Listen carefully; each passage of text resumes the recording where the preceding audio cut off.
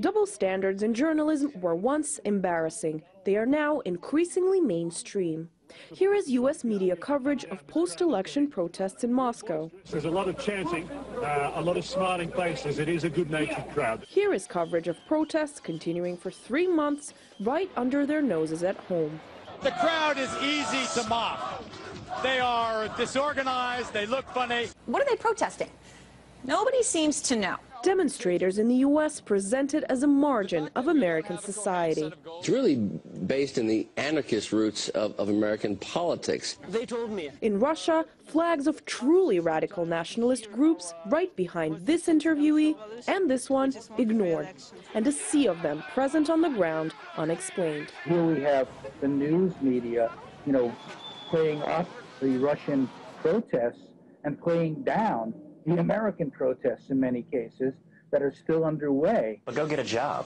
Treating protests at home and abroad differently these days seems to be a trend. Protesters against foreign countries, particularly countries that are economic or political rivals to the United States, are always good. Protesters in our country who are against the American system are usually bad. That's the construct that the media begins with. They just want to have a party. American mainstream media channels took at least 2 weeks to catch up with and then undermine the Occupy Wall Street protests across the U.S. All they have to do is take a shower and they can get a job. RT has been on the ground since day one. This is just the beginning of occupying Wall Street. These crowds say they're going to be here until their demands are heard.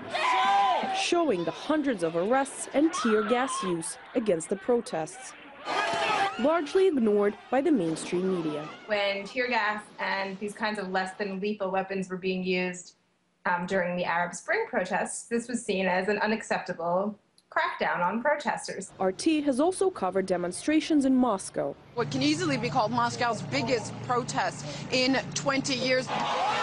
As well as showed the arrests that took place in Russia. Russian television, state television, which everyone expected would not be allowed to cover the protests, are covering the protests and showing a commitment to the story, which is quite remarkable. While others were not even committed enough to commit to a crew on the ground in Moscow. Kitty Logan is following the developments from London, and she joins us now with more. Kitty, what can you tell us?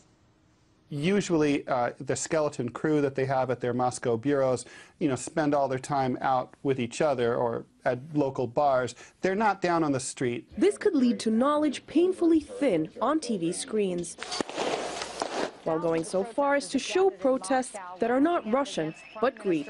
Most Americans seriously could not find Russia on a map. So, when you're dealing with that audience, a producer is going to say, well, we can't, the people are too stupid to understand this stuff anyway. While some mainstream media outlets continue to pick and choose approaches to event coverage according to geographic location and political gain, it becomes increasingly visible to the naked eye that selective facts are not really facts at all. Anastasia Churkina, RT, New York.